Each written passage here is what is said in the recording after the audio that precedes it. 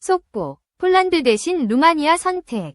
새벽녘 도착한 K9, K2 315대 로켓 배송 후 터진 불만의 한 결심.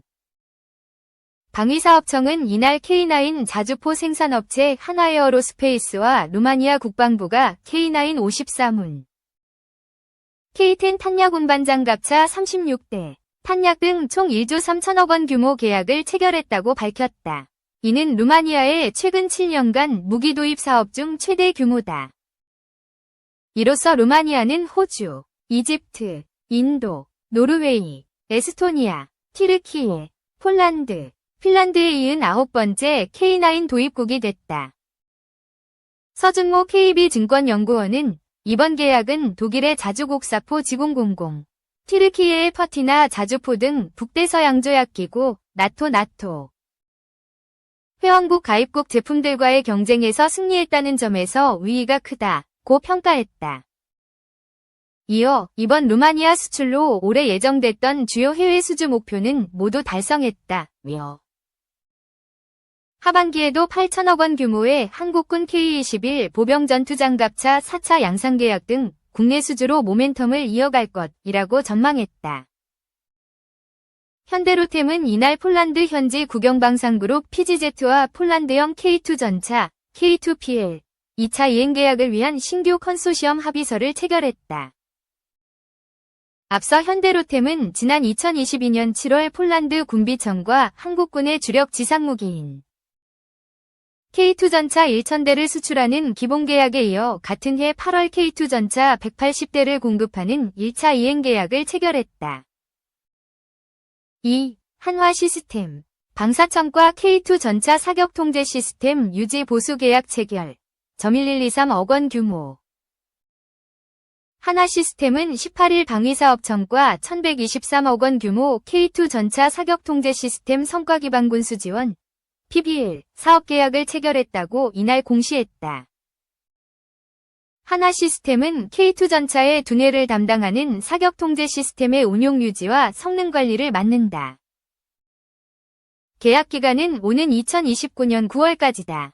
계약 금액은 1,123억 4,300만 원으로 이는 지난해 매출의 4.58%에 해당하는 규모다. PBL이란 군수품의 최상의 전투준비 태세를 위해 계약업체가 후속 군수 지원을 담당하는 제도다. 자동차로 비유하면 사후 지원, A, S, 서비스와 성격이 비슷하다. 계약업체가 정해진 선과 지표를 만족시키는 정도에 따라 보상이나 페널티가 주어지는 직징이 있다.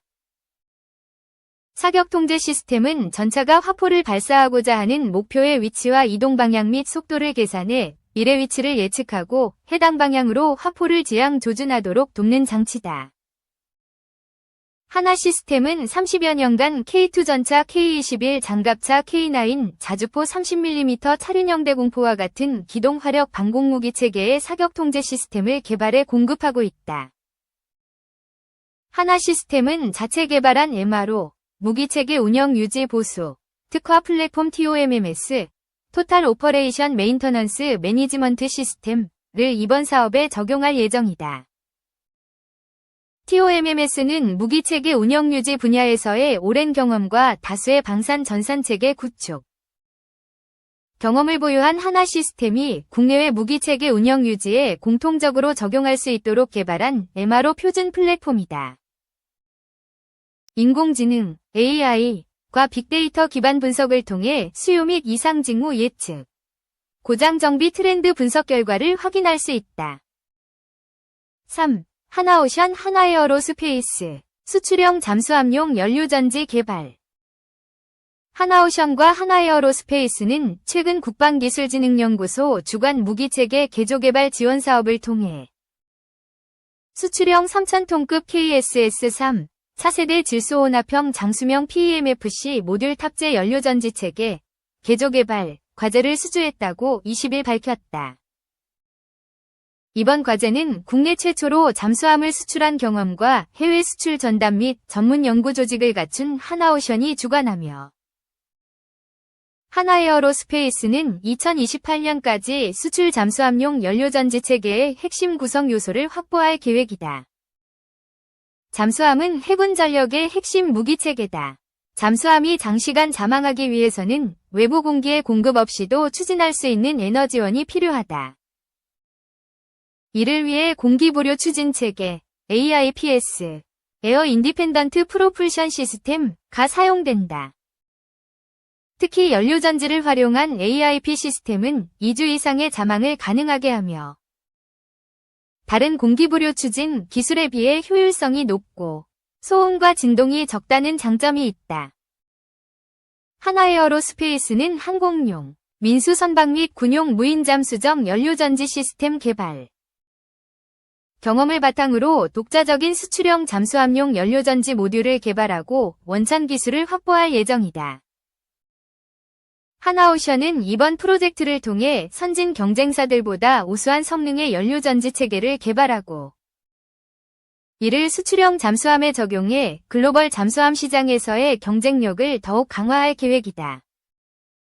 4. 중국 핵무기 두고 미중 공방, 핵탄두 1년 새 100개 급증, 핵 선제 타격 원칙 돌아보라. 장 대변인은 미국 측의 보고서가 중국의 국방정책을 곡해하고 군사 발전에 대해 억측했으며 중국 내정에 심각하게 간섭하고 중국군을 비방하는 내용이 담겨 있다며 우리는 강한 불만과 확고한 반대를 표명한다고 밝혔다. 장 대변인은 중국의 핵정책은 모든 핵보유국 가운데 가장 안정적이고 일관되며 예측 가능하다며 자위방어적 핵전략과 핵선제 불사용 정책을 견지하며 핵무력은 국가 안전보장을 위한 최소 수준으로 항상 유지한다는 것이라고 말했다. 그는 반면 미국은 세계에서 가장 많은 핵무기를 보유하고 있으면서 핵선제 공격 정책을 유지하고 최근에는 삼위일체 핵전력 향상에 막대한 투자를 해왔다고 밝혔다. 장 대변인은 핵잠수함 기술 이전을 핵심으로 하는 미국, 영국, 호주의 안보협의체 오커스를 두고 국제 비확산과 세계 및 지역 평화와 안전을 훼손한다고 밝혔다.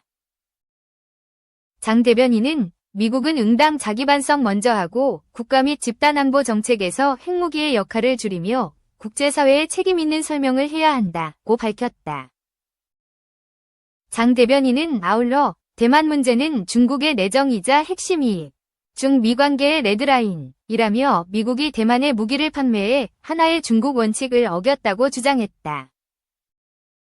장 대변인은 중국은 미국이 하나의 중국 원칙과 중미 세계 공동성명 조항을 준수하고 대만 독립 분리주의의 극단적 위험성을 인식하고 공식 교류와 군사관계를 중단할 것을 촉구한다고 밝혔다. 미국 국방부는 지난 18일 공개한 2024 중국 군사력 보고서에서 2024년 중반까지 운용 가능한 중국의 핵탄두가 600개 이상이라고 밝혔다. 지난해 5월 기준 500개가량이라고 발표한 기존 추정치보다 100개 늘어난 것이다. 미국 국방부는 중국이 2030년까지 1000개 넘는 핵탄두를 보유하고 최소 2035년까지는 핵전력을 확대할 것이라며 중국이 핵을 이용한 반격과 관련해 전보다 많은 미국의 도시와 군사시설, 지도부를 표적으로 삼는 것을 가능하게 해줄 것이라고 밝혔다. 다만 중국군 내 만연한 부패가 목표 달성을 저해할 수 있다고도 짚었다. 중국 핵무기 두고 미중 공방, 핵탄두 1년 새 100개 급증, 핵 선제 타격 원칙 돌아보라. 스톡홀름 국제평화연구소 SIPRI에 따르면 지난해 1월 기준 미국의 핵탄두 보유량은 5044개로 중국의 10배 규모이다. 다만 폴리티코에 따르면 실제 작동 가능한 핵탄두는 1500개이다. 미국은 1970년대 소련과 신전략무기 감축 협정을 맺은 뒤로 핵탄두 보유량은 줄여갔지만 최근에는 실전 배치된 핵무기를 늘리거나 기존 핵무기 성능을 고도화하면서 핵전력을 증강하고 있다.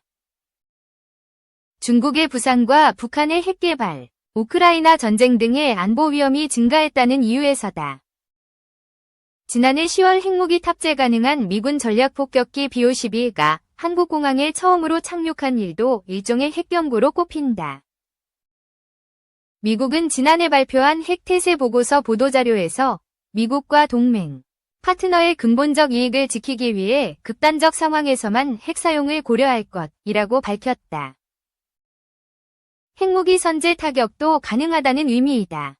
중국의 빠른 핵무기 증강은 미국이 전략적 모호함에서 선회의 핵무기 선제 타격 원칙을 밝힌 주된 이유로 거론된다. 중국의 핵 개발은 속도가 빠를 뿐만 아니라 국제사회에 보고하지 않는 등 불투명하다는 것 역시 문제로 꼽힌다.